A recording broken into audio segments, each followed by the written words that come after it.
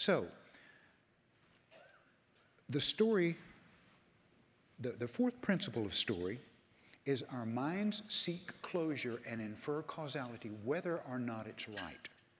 Dr. Dan Gilbert at Harvard did a study in which he showed volunteers words on a computer screen for 1/50th of a second. This was subliminal programming. And he noticed that when people saw these words, and they didn't know what they were, couldn't pick them out, but they were influenced by them for 40 to 55 minutes after they were shown on the screen. For example, when elderly was flashed, they would walk a bit more slowly for this time period. When hostile was flashed, they would be a bit more pejorative and judgmental. And they didn't know that this had been the case, and they always attributed, when they were asked, they attributed some reason that made it make sense. They made it light on something that made it make sense, such as when it was pointed out that they walked more slowly, they said, well, you know, I must be a little jet lagged, or I haven't been sleeping well, and I've been a little bit tired. The mind seeks closure, and the brain seeks to end any dissonance, whether or not it's accurate.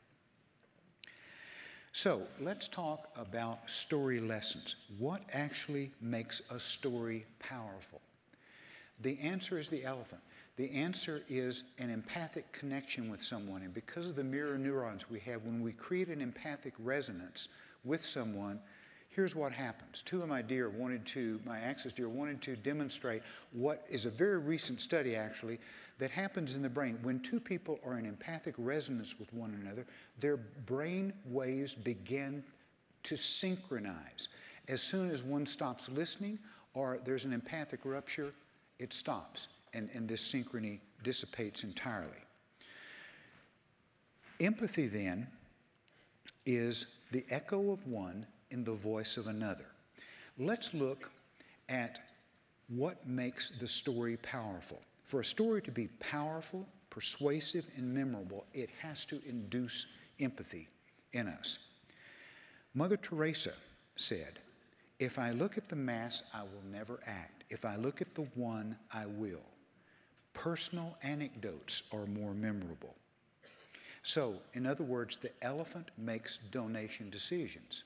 Now, the elephant also grabs savings and hoofs it down to the big screen TV store, so you need a good story. Now, donation also increases as you move from the abstract to the specific. A famine in Ethiopia. Donation increases 25% when a picture of Roika, a 7-year-old with starvation symptoms, is shown. It increases 66% when the story and the photo are there without the data. There's a recent study from Princeton that shows that we give less when we're thinking analytically. Now, I'd like to do an exercise with you, and I want to demonstrate how motivation is not essential. And I'm going to need your participation in this. I'd like you to put your hands together in front of you. Notice at the very bottom of your thumb there's a little crease on each side. If you would align those so that there's a perfect symmetry. When you put them together, one of your longest fingers is going to be a little bit shorter than the other. Now, 95% of you, this is the case for 5% of you, just pick one hand. Pick the hand with the shortest finger. Put it right in front of your face, and I want to ask you to speak into your hand out loud 8 times, grow bigger, okay?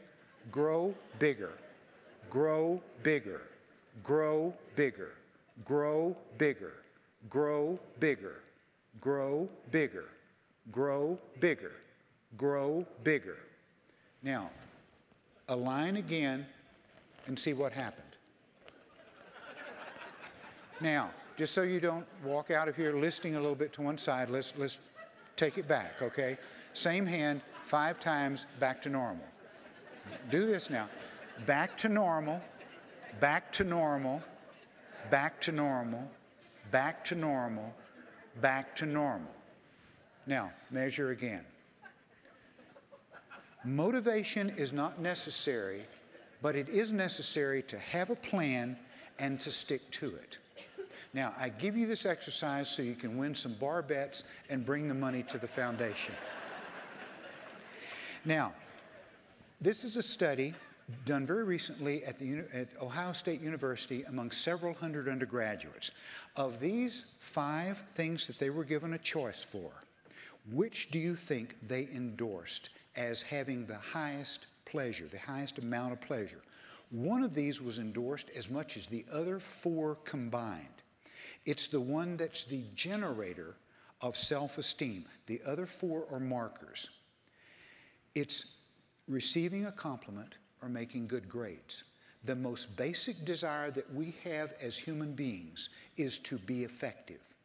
I've seen early infant studies as early as 3 months of life where the effectance pleasure, the desire to be a cause, can be measured. This extends in adult life for all of our lives, that we have a basic desire to be effective.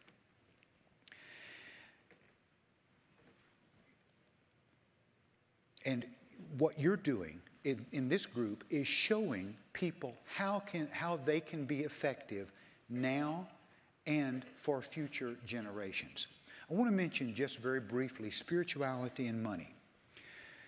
This is my favorite definition from John Updike. Pressed, I would define spirituality as the shadow of light humanity casts as it moves through the darkness of everything that can be explained. Now, you probably are familiar with default assumptions that we have in our society, like starving artists. Why should anyone of exceptional talent have difficulty making money? Here are the synonyms: abundance, benevolence, wealth, spirituality. Rich and spiritual are synonyms. And remember, rich and wealth are not just about money. Here are some antonyms: suffering, scarcity, non-spiritual. Now, it's time for another quiz. I'd like you to, I have 2 questions, and I'll tell you about them after you take the quiz. Just to yourself, say the first figure, think of the first figure that comes to mind, and now think of the first figure that comes to mind here. Now, I did this quiz to several hundred executives and professionals when an earlier book on money came out. And here's what I found. I asked them to send in index cards anonymously and confidentially. Their first figure was about half of what their second figure was. If they were making $50,000, they thought it would take about $100,000 to be happy, worry-free, content about money. If they were making $200,000, they thought it would take around $400,000. And it's a trailing double. When they got to $400,000, they thought it would take roughly about $750,000 to be really happy and content about money. So this brings into focus the question of what is enough. And remember, more and perfect are not goals because they're simply unattainable. A man was praying to God and asked, God, what is 1,000,000 years to you? And God said, well, 1,000,000 years is but a second. The man thought, well, God, what is $1,000,000 to you? And God said, $1,000,000 is but a penny. And the man said, God, can I just have a penny? And God said, sure, just a second.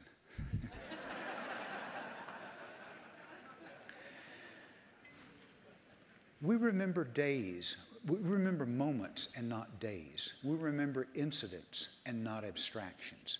We, in everything that we do, are creating a model that everyone we touch will be downloading, will be taking in as a model while we're talking about other things. And we do this moment by moment and step by step. And remember, in life, all you ever have to do is the next right thing. Now, sometimes you may not know exactly what the next right thing is, but you can almost always know what it isn't. A small boy approached Walt Disney and asked him, how can I be like you? Disney thought for a long moment, and he finally said 4 words: think, believe, dream, dare. Now, finally, a reminder, a question, a challenge, and a toast. A reminder: just keep going to the next telephone pole. A question: Imagine that this is a photograph of you 100 years from now. What's the story that you want your grandchildren, your great-grandchildren, and those who you've touched to tell about you? What's your sentence? And here's the challenge. This is not the challenge. This is where I sat to put these thoughts together, waiting for Dear to give me a good illustration of the empathy. What if right now is a turning point for you? The time your grandchildren will talk about years from now. The time you awakened a deep passion and acted on it. The time you did what you were always meant to do. Or this moment of truth could be a brief awakening, silenced by the sensible obstacles you're familiar with creating. In that case, your grandchildren will have to talk about who your favorite sports teams were or what great cookies you used to bake. It will all depend on how brave you'll be. And my grandmother added, and if you're not having fun, you're not doing it right. Now, a final toast. I would ask that you stand for this because this is a toast to honor your achievements and the engaged philanthropic community that you've created. And this is the three-part toast. To the model that you provide in giving and being, a model that would be downloaded in the unconscious minds of everyone you touch, subliminally encoded while you're talking about other things. To the expression of your humanity through your energy, and to your goal not to live forever, but to create something that will. Thank you.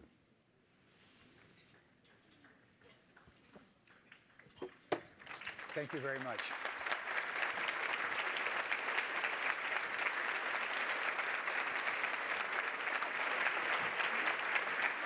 And I bet Osborne $100 donated to the foundation that I'd get a standing ovation.